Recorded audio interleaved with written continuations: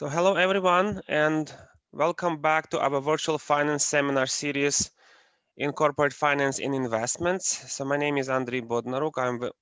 From the University of Illinois at Chicago, and I'm here today in the studio with one of the co-organizers, Nuri Ersahin from Michigan State. We are very happy to have Don Glue from London School of Economics today, presenting his recent working paper, Why Don't Mutual Funds Short Sell? Uh, Before I pass the mic to Dong and give him an hour and 15 minutes of our time to present his research, let me remind you about the rules of the game, how we run this seminar. So you're all gonna be muted and we're not gonna hear you, but if you have a question, please type your question in the chat, and when the time comes, one of the moderators is going to read these questions to Dong and he will respond to these questions. So with that, again, let me pass the microphone to Dong. Dong, we are very happy to have you here with us today. Thank you very much. The floor is yours. 1 hour and 15 minutes in your disposal. Thank you. All right, thank you. Thanks, Andre, for the intro. Let me just share my screen real quick. Share. Can you see my screen? Andre, can you see my screen? Yes. Okay, great. Looks good. All right, thanks. Okay, thanks again for inviting me. So this is a joint paper with Lian from Tsinghua, Shiyang Huang, who's a PhD student from LSE and now professor at Hong Kong U, and Jiahong, who's a current PhD student, who's great, by the way. So before I get into sort of the paper, let me give you sort of a 2-minute background on why we wrote this paper, or what's sort of the background story behind this paper. So I've always been interested in, or the entire team have always been interested in the fact that most mutual funds do not short sale. So that's something we know for a long time. And I would say, like most of you, my initial reaction was, or my initial thinking was, well, it must be some hard constraints, right? It must be regulatory constraints or social stigma that prevent mutual funds from short selling. Okay, something hard and tangible. Okay, and then we talked to a number of mutual fund managers, and it turns out there's just no hard constraints. Okay, there's no regulation specifically prohibits mutual funds from short selling, and I'll show you a lot of evidence that's inconsistent with this regulation role, or with the social stigma hypothesis. Okay. And then we got really interested in this question. We think it must be some equilibrium force that kind of prohibits or prevents mutual funds from shorting freely, right? Mutual funds optimally choose not to short, not because they're forced, not because they're physically constrained to not short, but they choose not to short. Okay, so that's sort of the idea or the background behind the paper. Okay, so here's what we do. So in terms of the motivation, there is tremendous growth of the mutual fund industry in the past 40 years. I'm just showing you some statistics. The TNA of equity funds increased from something like 250 billion in 1980 to nearly 10 trillion in 2019, or 30% of the equity market, right? The total equity market in 2019 in the US is about 33 trillion. So of particular interest to many practitioners and investors is this class of active extension funds, right? The so-called 1XX funds. So for example, we have 120-20 funds, 130-30 funds, and 150-50 funds. Now these mutual funds are designed, right, to exploit mispricing both on the long side and on the short side. Or put differently, they could take advantage of both, the information benefit that they have, and also the hedging benefit that's offered by short selling. So, what I mean by information benefit is that, if they have good information on the negative side, without the capability of shorting, they're not going to be able to take advantage of that information. Now, with shorting, they can do it now. And hedging, what I mean is, well, if I have good information, positive information on Microsoft, I'm gonna go long Microsoft, or overweight Microsoft, but to the extent that I don't want to overweight the tech industry too much, right? I'm not going to be able to overweight Microsoft by too much, but with short selling, I can hedge out my tech industry exposure by going short in some other tech firms like Apple and Google. Okay. Now, not surprisingly, right? So industry practitioners, observers, predicted dominance by this 1XX type of mutual funds very quickly. So Tabb and Johnson in their 2007 FAJ paper predicted that the TNA of 130/30 mutual fund products could potentially reach $2 trillion by 2010. Remember, they wrote the paper in 2007. So by the end of 2006, the long-short equity funds had a total TNA of about $40 billion. So they forecasted a 50-time increase in the TNA of those 130/30 products. Now, the projected growth of long-short equity mutual funds also has interesting, at least, implications for asset prices and market efficiency. Right? I'm not going to get into sort of the whole literature short sale constrained. I'm just going to mention two papers. Okay, I think two representative papers. Right. So Cheng, Ho, and Stein, 2002, show that the binding short sale constraint could potentially prevent the revelation of negative news into stock prices, and that's why we see sort of drift on the negative side. Stanba, Yu and Yuan, 2012, show that for most asset pricing anomalies, the short lag is substantially more profitable than the long lag, right? Again, consistent with the idea that many important investors are constrained from short selling, and that's why they're not betting against mispricing on the short side. Okay, so here's just a hypothetical situation, sort of a thought experiment. Well, let's say we live in a perfect world, in a perfect market, right? There's no friction, no constraint on short selling. Everyone's happy to short. And let's say all mutual funds engage in some sort of short selling. And let's say the average fund is a 130/30 product. And that would imply an extra $3 trillion worth of short positions, right? So 10 trillion multiplied by 30%.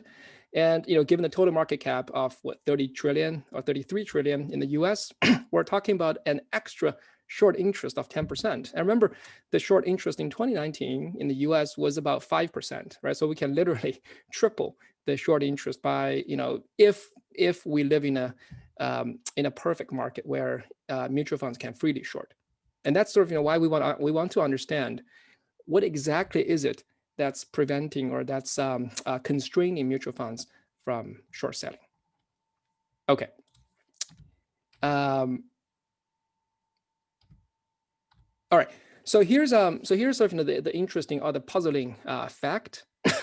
The 1XX class of funds actually has had very disappointing growth. Right, they started off at the beginning of our sample, we had about $30 billion of TNA. For the past 20 years, the total TNA peaked at about 140 billion, and then actually in the last few years of our sample, this number actually gradually declined, despite all the benefits that I mentioned to you, to both investors and to market efficiency. Okay, now what I do want to emphasize here is that there's a lot of interesting cross-sectional variation. It turns out half of all the equity mutual funds in the US explicitly allow for short selling in their SEC filings, in their NSAR filings. Okay, and then what's interesting is that out of those 50%, only 8% have actually engaged in short selling. Okay, so 50% allow themselves to short, and then only 8% have ever engaged in short selling, which means the other 42%, even though they allow themselves to short in their SEC filings, they've never shorted a single stock. Okay, now the mutual funds that engage in short selling tend to be smaller, which I'm going to show in a second. So on a TNA weighted basis, only about 2% of all the TNA in the mutual fund industry are engaged in short selling. Don, here's a clarification question. Could you please explain what a 130/30 fund is? I think that's kind of probably unusual vehicle for some of our sure. participants. So let me just come back here. So there's this class of 1XX mutual funds. So these are called active extension mutual funds. A typical example is a 130/30 fund. So what that is that the mutual fund is going to have a long position of 100%. And on top of that, it's going to have a long short position whose TNA is, or whose value is 30% of the mutual fund's TNA. So if I have $100 under management, I'm going to go long essentially $130 and go short $30. Okay, so it's a $100 long only and then 30 long short. Okay. More questions? Yeah, so the question is, there is a paper, I mean, by Mhm. Anders Almazan and co-authors from 2004, Mhm. where he looks at the self-imposed restrictions by mutual funds, and a lot of mutual funds are technically allowed to do that. But I think statistic that he presents, for example, for late 90s, is very similar to what you just mentioned, that barely 10% of mutual funds borrow, trade on the margin, short, use derivatives. Right. Even though so to what extent your research overlaps with what that paper is talking about? Yeah, I mean, so that's so these are the motivating facts, and I show you. I mean, our focus is going to be on the portfolios. So we're going to be looking at their portfolio composition, their cash holdings, what kind of stocks they're buying, what kind of stocks they're shorting. So that took us 3 years to collect. So we're not just looking at whether mutual funds allow themselves to short, and that this 50%. So this line here, that's something we know from prior literature. That's our motivating fact. And I show you a lot of evidence on mutual funds composition, their performance, and capital flows in the paper. Thank you. Is that okay? Yeah, thank you. All right. So, and then out of the 8% of the mutual funds that engage in short selling, we call them long short funds. So 5% are what we call casual or token short sellers who short a trivial amount. We're talking about 2-3% of the TNA. So short positions don't really contribute much to their overall performance. And the remaining 3% are active short sellers. Now these are the guys that we're going to be focusing on. Okay, they're going to short a significant amount relative to their TNA, and short selling will have a big impact on their performance. Okay. All right. So essentially what we do here is we collected a new data set. We collected detailed information from SEC filings on equity mutual funds portfolio composition, which include long short positions, cash holdings, and then we also have their capital flows for the period of 2004 to 2016.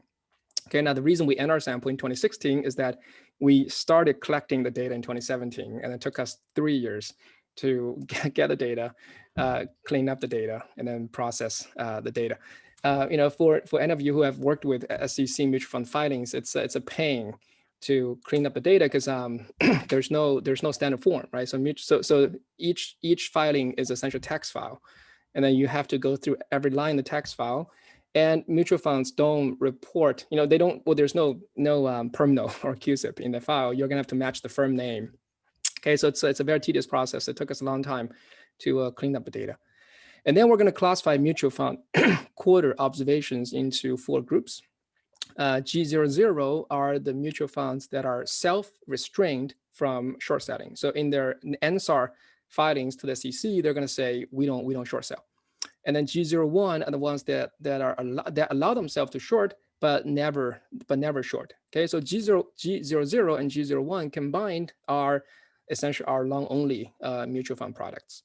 And G1 are the casual short sellers or the token short sellers who short infrequently. So these are the guys. We use 20% as the threshold. We try different cutoffs, 15%, 10%, or 25, 30%, and the results are extremely similar. And G2 are our aggressive short sellers who short more than 20%. Okay. Now, in terms of the definition of G1 and G2, we use the average short percentage in the previous 8 quarters. And the reason we do that is we want to avoid sort of this look ahead bias, right? So we, of course, we started off using sort of the whole sample average short percentage, and we get actually slightly stronger results. But the concern there is, we're using future information to determine which mutual fund is in G1 and G2. So for now, everything I'm going to show you later on in terms of returns, these are tradable numbers. So everything is tradable because we're strictly using historical information to classify our mutual funds. Okay, Andrew, any a other couple questions? of questions. Sure, go ahead. So I'm not sure whether this is exactly being addressed right now on the slide, but some funds have a self-imposed cap on short selling. Do you take into account? So do you see it as basically as revealed preferences, or because it's written in their documents? Yeah, so we don't, right. So we have seen some of that in the filings, but then we're looking at the holding. So we literally just let the holding speak. We're going to be looking at what kind of stocks they hold, how much cash they hold, and the performance from their risky holdings, etc. Um, you know, I think I agree with that statement. It is fund's endogenous choice. It's an optimal decision. It's not, it's everything I'm going to show you today is the fund's choice, right? It's not, well, there's no hard constraint. There's no regulation that prevents mutual funds from short selling or constrain mutual funds from short selling. It's all endogenous. Okay, so we're essentially going to be focusing on the holdings. We're going to let the holdings tell us what they're doing. So for this type of funds, extension funds, what are their typical benchmarks? Yeah, that's so we actually spent quite a bit of time on that. About 90% of those funds are benchmarked against long only indices. So 90% of those funds are benchmarked against S&P 500, Russell 1, Russell 2, Wilshire 4500. Now, a small fraction, about 10%, well, actually less than 10%, are benchmarked against cash. So a small fraction, we have about 10, somewhere between 10 and 15 mutual funds every quarter. They just call themselves market neutral mutual funds, and they're benchmarked against cash. But that's a very small class. So what those guys do is they're going to be going long 100%, going short 100%, and then invest the remaining 100% in fixed income securities. Okay, but that's a very small sample, and then we exclude them actually because they are just so different from the rest of the mutual funds. We exclude them from our analysis. Okay, so do you also have data on lenders? Do mutual funds borrow from their own fund family, or do you have any idea how the cost of borrowing is? No, I mean, unfortunately, we don't see any of that. So that I think you need to get, you probably need to get the data from fund companies. So we're getting data from SEC filings.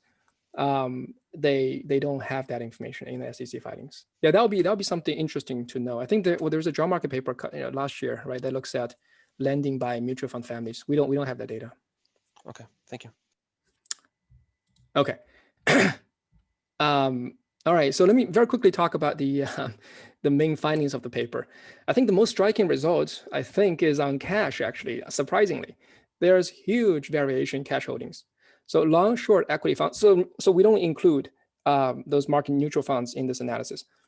Long, short mutual funds, so think of them as 130-30 funds, 150-50 funds, hold substantially more cash than long-only mutual funds.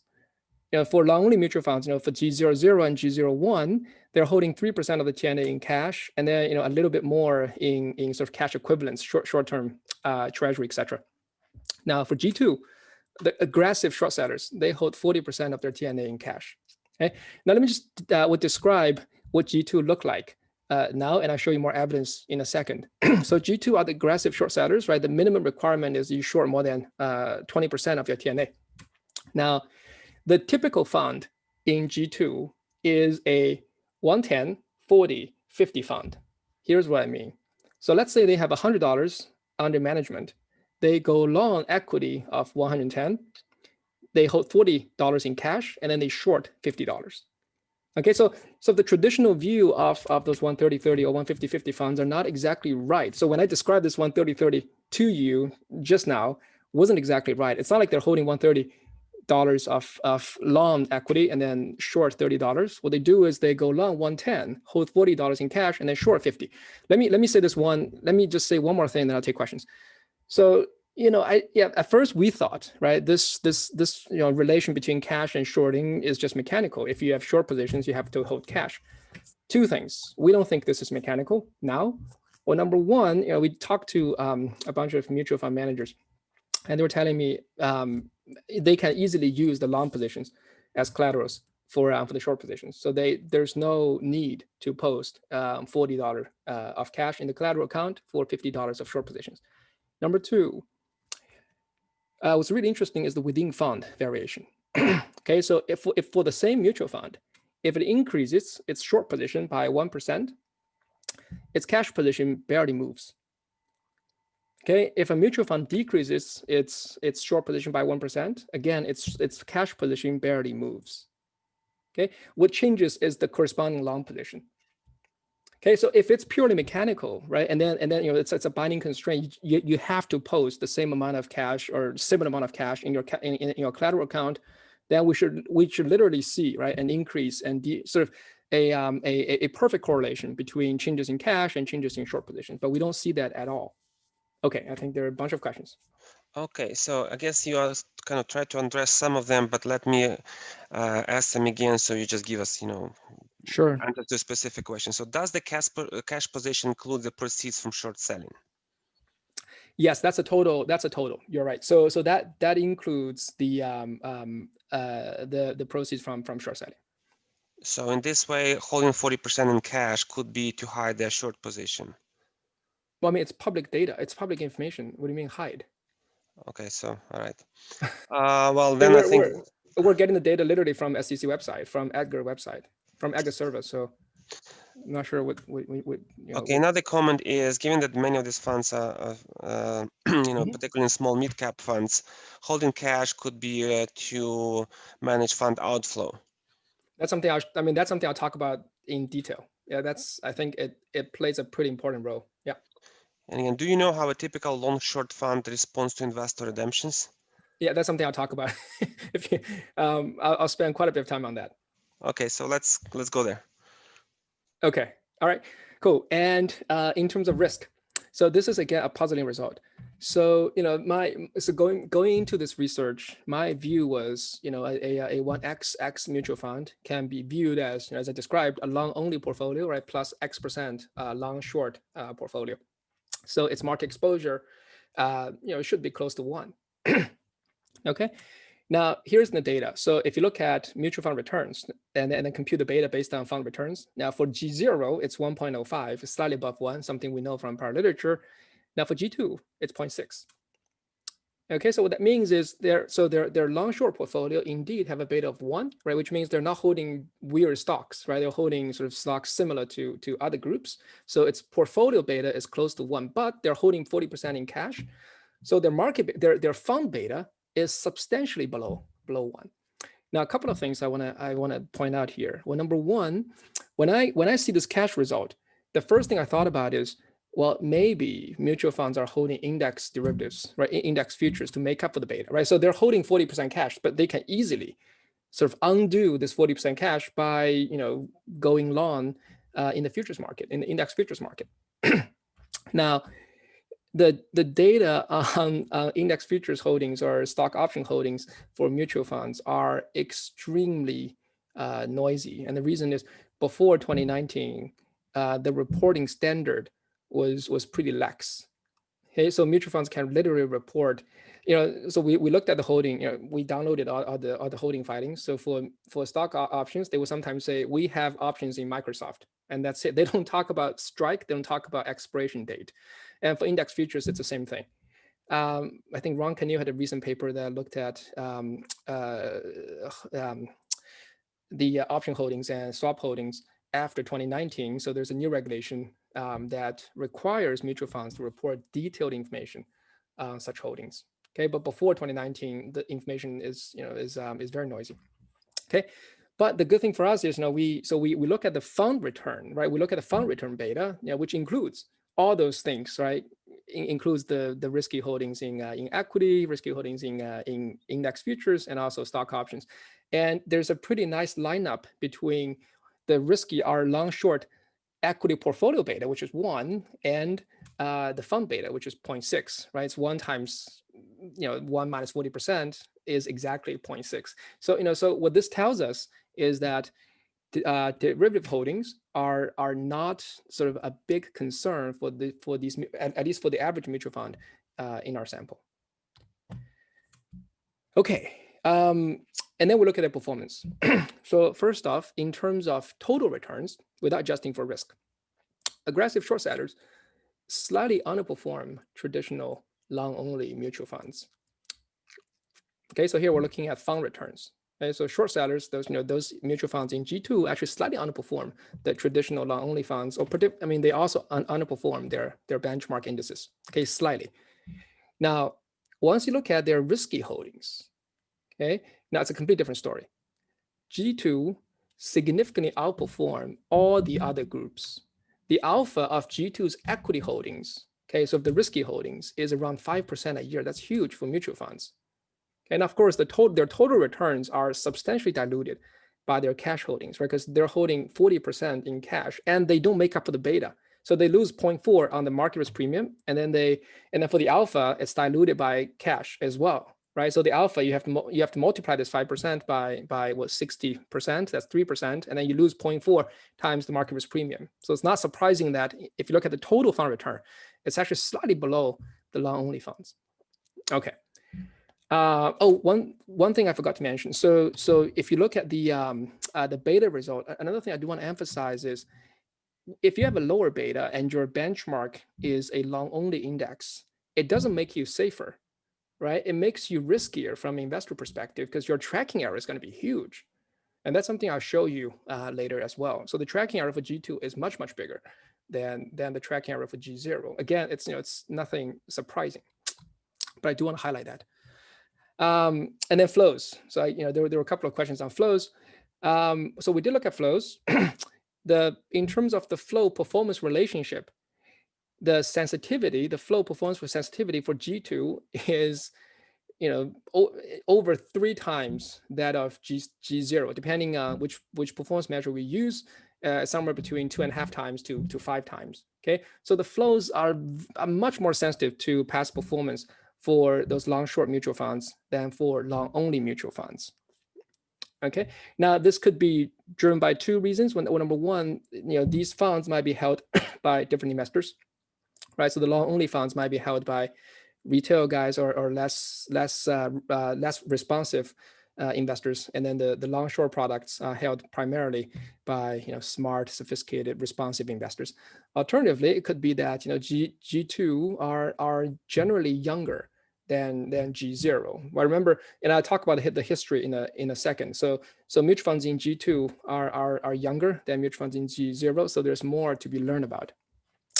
And we also looked at how mutual funds deal with capital flows, not perfectly, right, because there's some data constraint. What we have is their quarterly cash holdings, and also we observed their quarterly capital flows. So we looked at the correlation between cash, the change in your cash position, and the capital flow, right? If a mutual fund uses cash entirely to absorb capital flows, okay, we're going to see essentially a regression coefficient of 1, right? If a mutual fund deals with capital flows by selling their existing holdings or by scaling up their existing holdings, we should see a coefficient of 0. And what we see here is that the coefficient, right, this cash to capital flow regression coefficient for G2 is 5 to 8 times larger than the same coefficient for a G0. Okay, so long short mutual funds are much more likely to use cash to absorb their capital flows, which partially explains why G2 is holding so much cash. Sort of going back to an earlier question. Any other questions? Okay, people ask about Sharpe ratio of G2 funds relative to G0, if you did look at that. It's 0.7 versus 0.5. Okay. I mean, again, it's not surprising, right? Because they have an alpha. They have an alpha of 5% a year. Yeah. Any other questions? No, we are good at the moment. Thank you. Okay. All right. So let me give you a very quick review of the history. So that's something I didn't know before, and it turns out the restriction was never on short selling; it was on leverage. So the 1940 Investment Company Act imposes a 300% coverage ratio. What that means is that if you have $1 of short position, you need to have $3 in the long position. Okay, now what that effectively says is if you have $1 of TNA, you can at most short 50 cents, right? If you short 50 cents on the long side, you have $1.5. So that's 300% coverage ratio. In 1996, the SEC no action letter essentially repealed or lifted that requirement. So after 1996, there's no physical constraint on leverage anymore. So mutual funds can literally borrow as much as they can from their PBs. The more binding constraint is actually on the tax side. So there's a IRS code 851b3, which is also known as the short rule on mutual fund tax treatment. So if a mutual fund receives more than 30% of its revenue from short-term transactions, which include short sale, it's got to pay a pretty hefty tax penalty. Okay, so before 1997, it was actually not in the interest of mutual funds to engage in too much short selling. The 1997 Taxpayer Relief Act repealed that rule that essentially made short selling free from any regulatory constraints. Okay? And again, not surprisingly, the first wave of long-short mutual funds was introduced around 2000. So after the 1996 SEC no action letter and also the 1997 Taxpayer Relief Act. Okay, so essentially after 2000, there was no hard constraint on short selling. Okay. So here's what we do in the paper. So we're going to be focusing on domestic equity mutual funds with the usual screening conditions. Using information from investment objective codes and also from U.S. equity long exposures. We try different cutoffs, and the results are very similar, all standard stuff. And for our fund and portfolio return tests, we're also going to require the correlation between stock portfolio returns and the CRSP mutual fund returns to be above some threshold. So here we pick 0.5, and again, we can choose other cutoffs. Now, the reason we do that is the data collection process is very noisy, right? As I mentioned, these are text files, and we have to read the text file line by line and then match it back to CRSP to get the perm node, etc. And the other thing is we actually also get information from swap contracts. Okay, so there are a lot of mutual funds actually enter into swap contracts to get exposure to individual stock returns. Okay, so they would have a swap contract with JP Morgan to give them negative exposure to Microsoft or to Apple. So we include swap contracts in our sample as much as we can as well. So so there's going to be a lot of noise in our data collection process. We tried our best. We spent 3 years on this and had and a team of RAs to clean the data. So hopefully we did a reasonable job. Okay, so we impose this correlation constraint or condition to make sure that our sample isn't too crazy. Now, by imposing this condition, we only lose something like 10% of our samples. I think we did a pretty good job in terms of cleaning up the data. Okay, and then we get mutual fund long-short equity holdings from NCSR and NQ filings from SEC. So NCSR is the quarterly filings, NQ is the semi-annual and annual filings. And these holdings are supplemented by Morningstar and Thomson Financial data. So we get we check our long positions against data in Morningstar and Thomson Financial. And then cash holdings, capital flows, and other fund characteristics are obtained from NSAR filings, Morningstar, and CRSP. Okay, so here's the summary stats of our sample. Okay, let me highlight a few columns.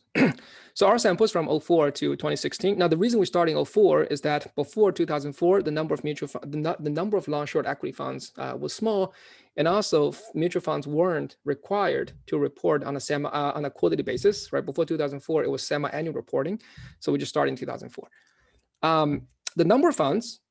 The number of shorting funds is certainly going up from 157 04 to 453 in 2016. And then we classify these long-short mutual funds into 4 groups. A third of them are what we call U.S. equity funds. So these mutual funds satisfy our screening criteria. And a third of them are balanced mutual funds. So they invest in both equity and fixed income.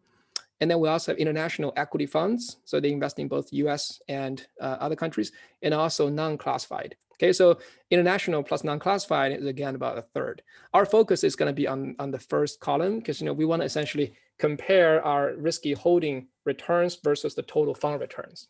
Okay.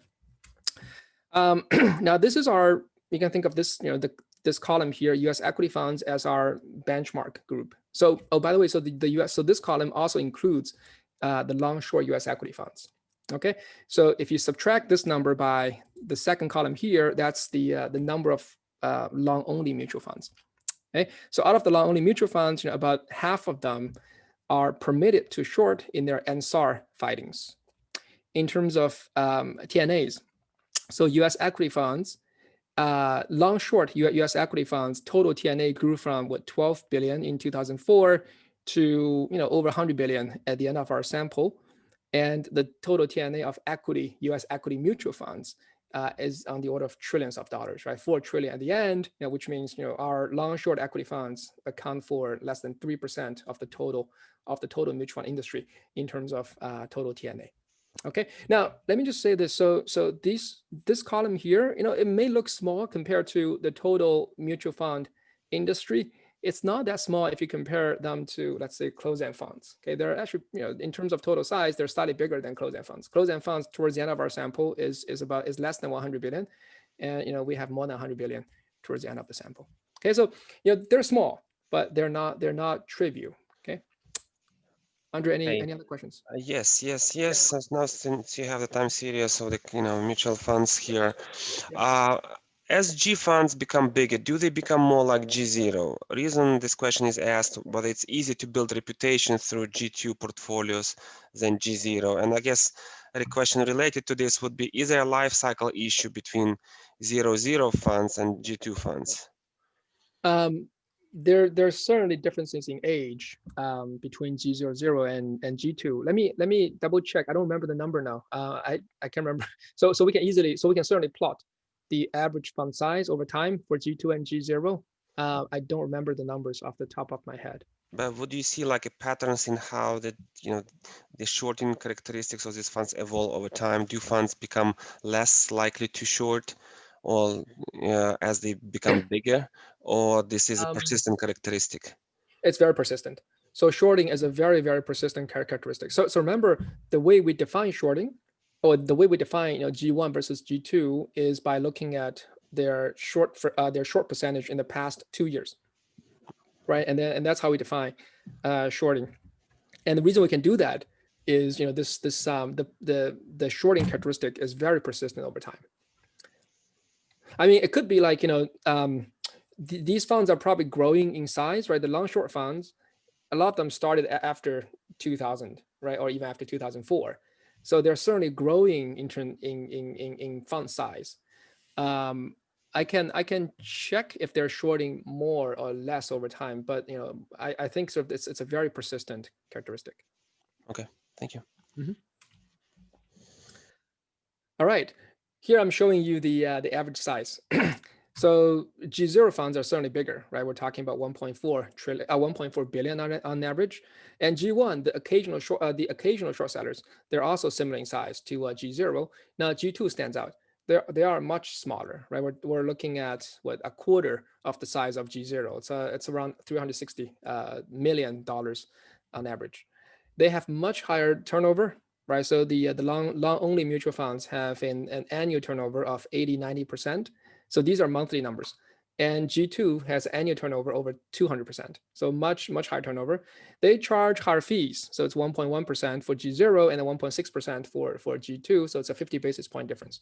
And fund age, it's 15 years versus 6-7 years. Again, it's not surprising, right? Because the long short funds started later. The number of years, so these are fund manager characteristics.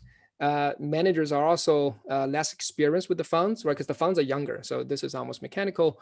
They're more likely to be team managed. Well, I guess, there's just more work to be done, right? You have to, I guess, you need people who understand long and short. And they're more likely to have a PhD degree. Okay. All right. Let me just go to the main results. Okay. The first striking result, at least to me, is the portfolio composition. Okay, so here I'm showing you 3 panels. The first one is on the long positions. The second panel is on cash holdings, and the third panel is on the short positions. For the G0 group, of course, they don't short by definition. They hold about 3% in cash, and then 92-93% in long equity. Okay, now we're missing a little bit of their holdings, so because we did not include fixed income holdings. And then for G1. It's sort of a similar picture. It's got a bit of short position, 4%. Okay, and then it's got it's holding 6-7% of cash, and then slightly over 100% in terms of long equity. Now G2 is the interesting bit. It's, as I mentioned, it's a 110, 40, 50 fund. It's got a long position of 110, a cash position of 40, and a short position of 50. Okay, so that's very different from sort of the G2 fund or the 1XX fund I had in mind before starting this research. So I used to think it's just it's a one, if it's a 130-30 fund, they're going long 130 in their equity portfolio and then going short 30 in their equity portfolio. Okay, but turns out that's not the case. And this 40% cash has important implications for their performance going forward. And here we're running a simple regression that I alluded to before. So the dependent variable here is the long percentage and the cash percentage in the same fund, and the independent variable is the short percentage in the same fund in the same quarter. Obviously there's an add-up constraint, right? Long plus cash minus short should be 100%. Okay, so the point estimate, from the left panel and the point estimate from the right panel should sum up to roughly 1.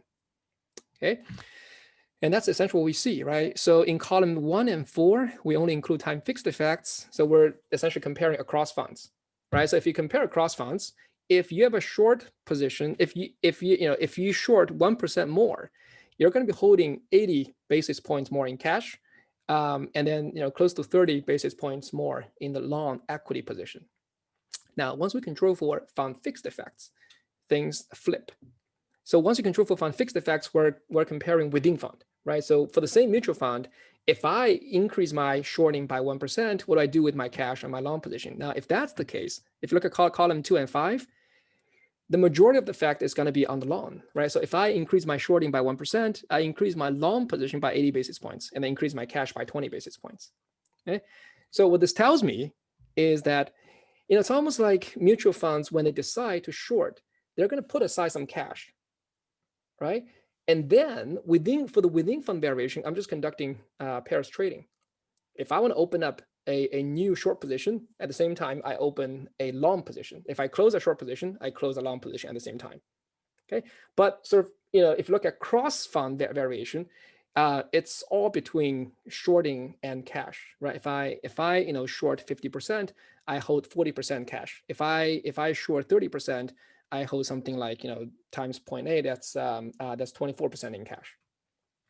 Okay. Now again, the result in column 2 and 5 or 3 and 6 tell me that the relation between cash and shorting is not entirely mechanical, right? If holding cash is a binding constraint. Now, for example, so one comment I heard was, what maybe mutual funds are forced to hold the short selling proceeds in their margin account, right? This is clearly not true, right? If I'm shorting more, I'm not increasing my my cash holding by $1. I'm increasing my cash holding by just 20 cents, right? The majority of that proceeds are used to buy long positions. Is that okay? Any questions?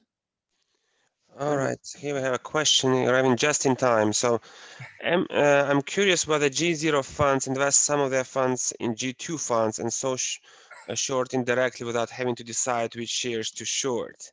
You don't see that. We don't see it. I don't think we're going to see that. I don't think your investment in open-end funds are even included in those public filings. That's an interesting thought. I don't know. I don't have an answer to that. I mean, like, I don't think we can get that data even, right? Because these are, so mutual fund shares are not 13F securities. They're not even included in the 13F filings. In any case, I don't have an answer to that.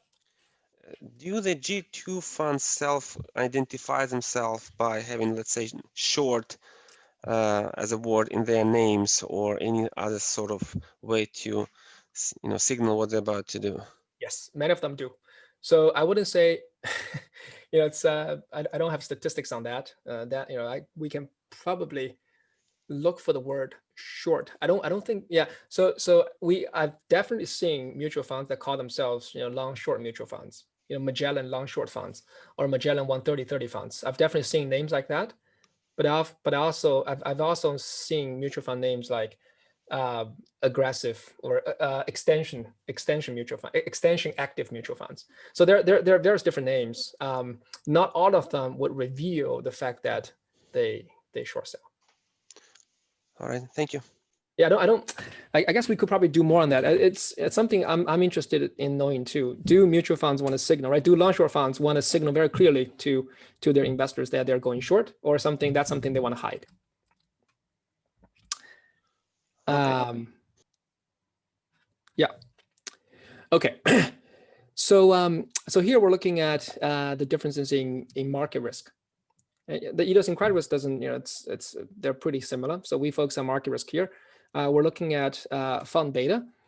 The top panel shows us the beta calculated from risky holdings from stock holdings. Okay, so from it's essentially we form a hypothetical portfolio using their quarterly holdings, assuming no trading in the next quarter up until the end of the quarter. Okay. And the next thing we do is, for 1x funds, since they hold tons of cash, we re-weight the risky holdings so that their total portfolio weights is 100%. So here's what I mean. So let's say, we have a 110, 40, 50 long short fund, right? So 110 in the long equity position, 40 in cash, and then 50 in short. So we're going to take the 110 and 50. Now the total portfolio weights is what? 110 minus 50, that's 60%. So we're going to re-weight 110, 50, essentially dividing both numbers by 60% to re-weight them back to 100%. Okay, so that's going to be the long short portfolio, return, holding return that we compute for the mutual fund. And in the bottom panel, we look at the fund return. So you can think of the fund return as essentially the risky portfolio return multiplied by 1 minus cash. Okay, and what we see in the data is consistent with the cash holdings, right? So the long short equity holding beta is exactly 1, which means they're holding similar things as other groups, and the fund beta is only 0.6. The average cash holding of G2 is 40%, so this lines up pretty well with the cash holdings. Again, this tells us that mutual funds, these G2 guys are not using index futures to make up for the beta difference. Okay, which is surprising. I do find that result very surprising, right? Because you're just losing on the equity risk premium, and you're generating a massive tracking error by having a beta that's substantially below 1. Yeah. Any questions? Yes, so it seems like a significant number of your sample are pure long-short funds that have a target beta close to 0. They may explain the low overall beta and the high cash holdings. Did you look at some sample of 130-30 type funds? Yeah. So no. So let me say this. So so we have market neutral funds, but that's less than 10% of our sample. So the market neutral funds truly have a beta of 0, and we exclude them. So the self-proclaimed market neutral funds who use cash as benchmark, so they're not in our sample. Okay. So they have a beta of 0. They literally have a beta of 0. Now what we are looking at are the mutual funds who use long only indices as their benchmark. They use S&P 500, Russell 1, Russell 2, or Wilshire 4500 as their benchmark. Now it is surprising, a lot of them, like 5% of them have a beta of like 0.1, right? This is a 50th percentile. And then 25% of them have a beta of 0.36. Okay, it is surprising. I don't have a good answer to why they do that. Towards the very end, so let me do this. So I'm gonna what I plan to do is I want to show you the empirical evidence first, and then towards the end of the presentation, I'll leave 5-10 minutes to tell you one interpretation I have for the empirical evidence. I don't think it's perfect. It's not. It's actually incomplete. But I'll discuss the implication, and maybe you guys can give me some idea too. All right, thank you. Okay. And then here we run again a simple regression. We look at the beta of the stock holdings versus the short position, and also beta of the fund returns versus the short position. From the first 3 columns, it's clear, right? There's no correlation between the beta of your risky holdings and the short percentage. That's what I showed you before, because the beta of the stock holdings is very close to 1. Now the beta of fund returns then is mechanical, right? If the fund increases shorting, and here in column 4, we're not controlling for fund fixed effects, which means we're comparing across funds. Now this effect is mostly coming from cash, right? So across funds, if I increase my short by 1%, I'm going to increase my cash holdings by 80 basis points, right? That's what I showed you in the previous slide. So my beta is going to go down essentially by 80 basis points, right? That's exactly what we see with the beta future of fund returns. So these are computed with the crisp fund return data. And then once you control for fund fixed effects, this relationship is gone. It's no longer significant.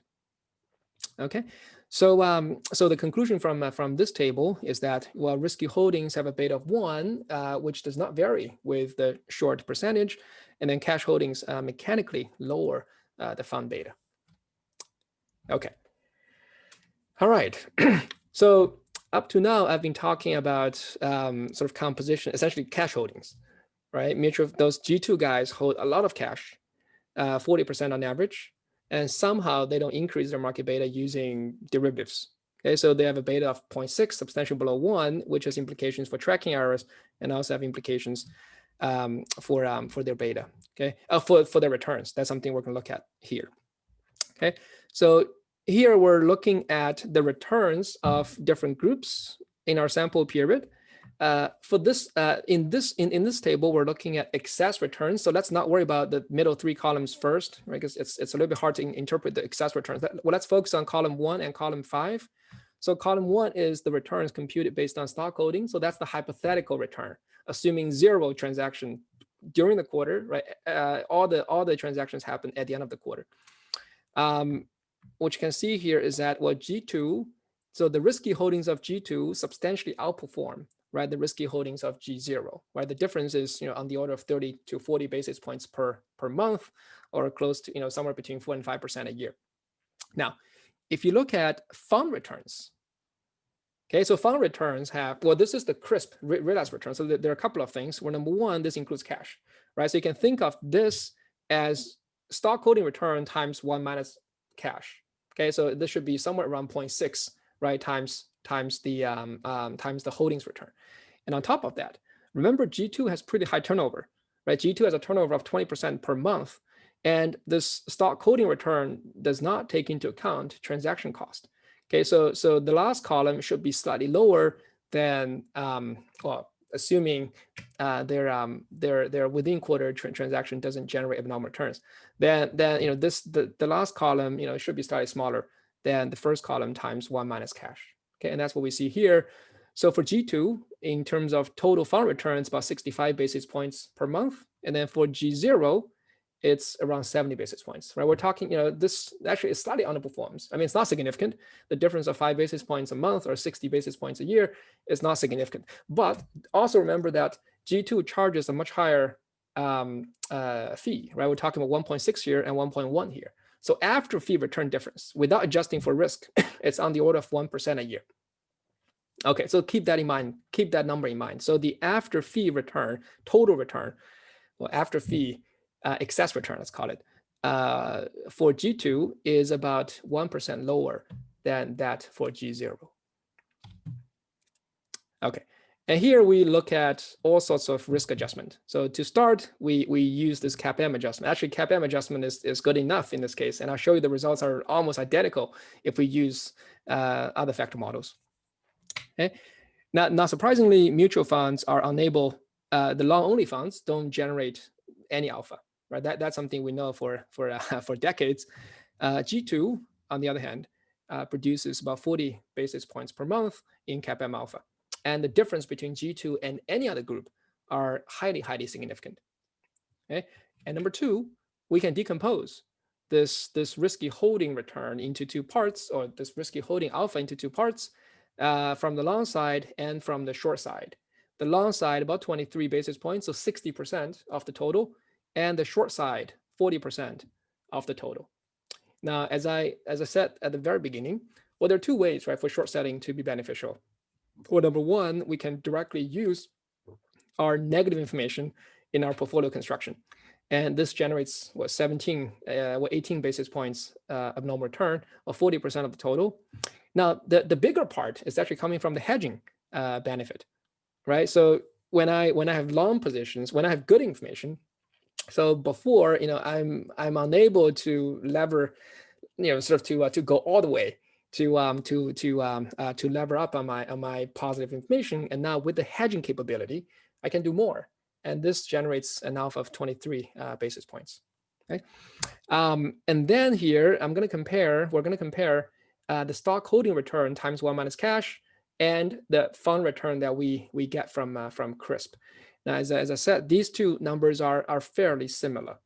right? So column 4 is slightly larger than column 5, right? So if you compute this hypothetical return versus the realized fund return, there's a slight difference, right? I mean, part of this is driven by transaction cost, right? Remember, it's a 20% monthly turnover.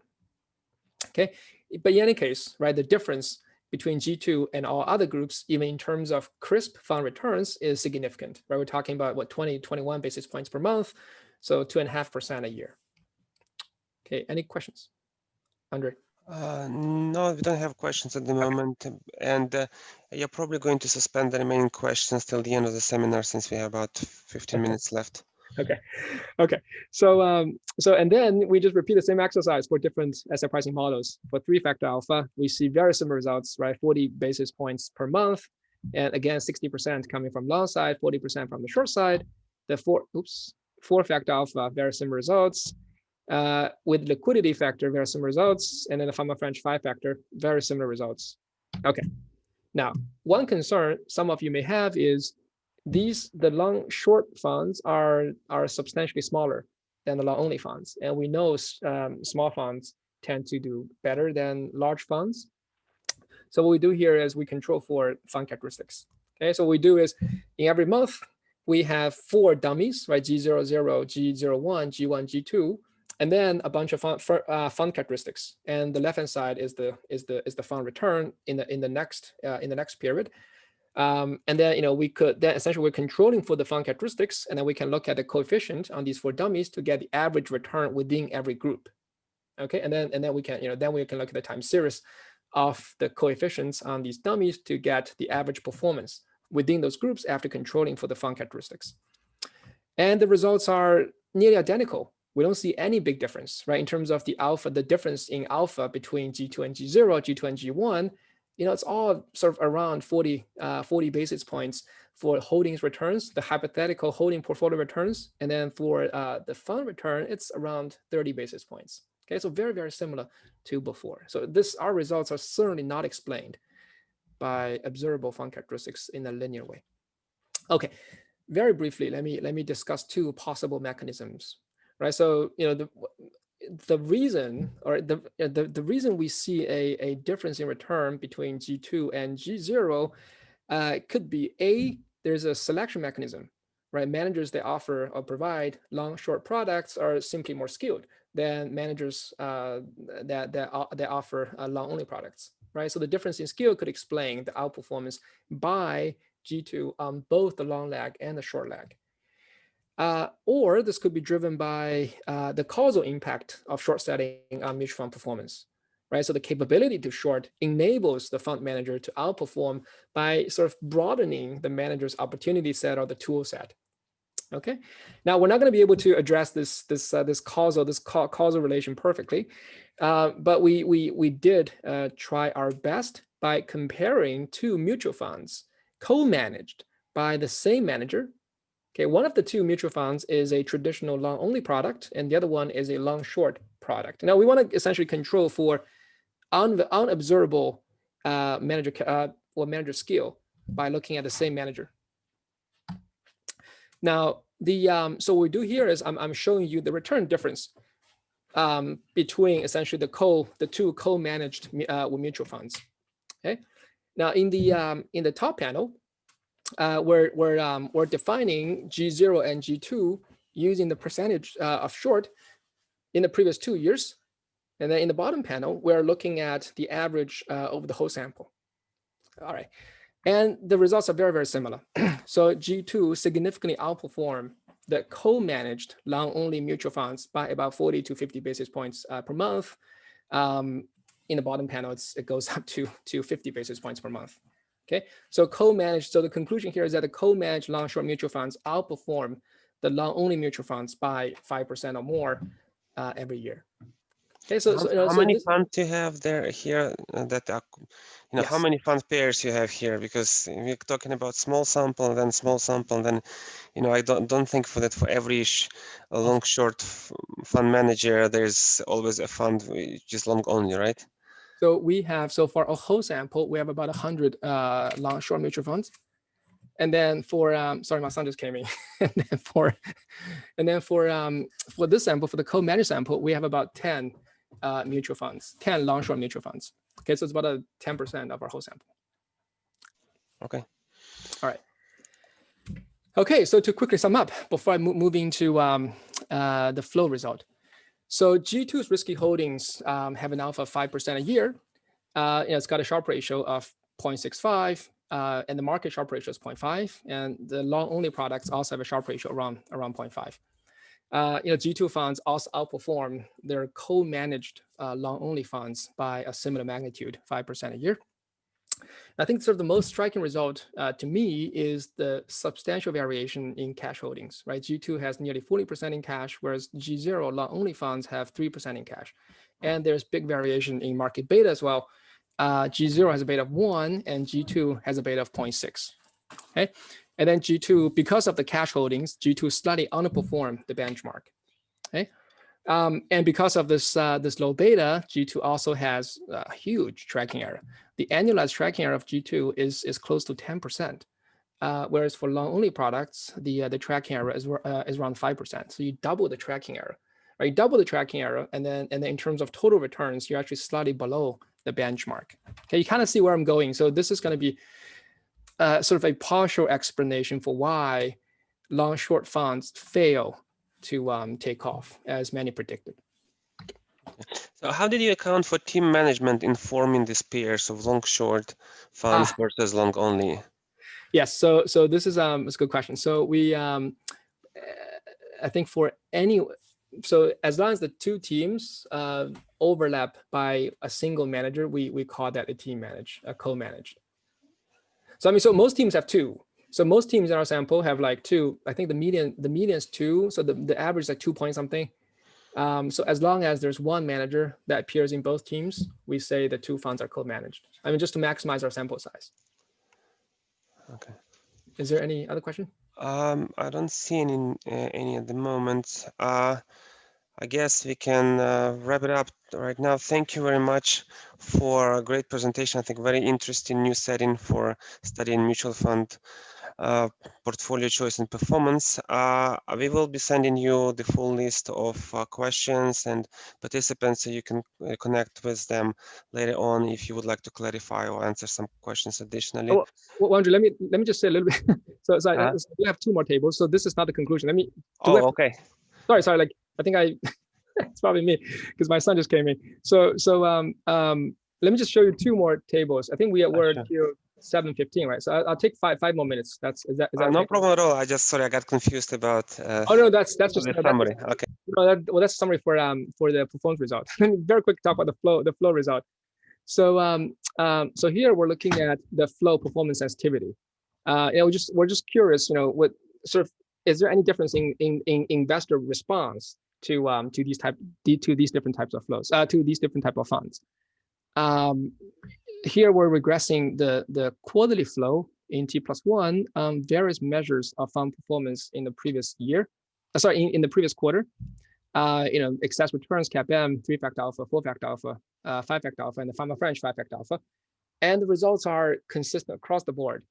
The flow performance relationship for G2, so the third row, is just much higher, much larger for the flow performance relationship for G0. And the difference is also highly significant. Okay, and in terms of the magnitude, the third row is about 2.5 to 5 times that in the first row.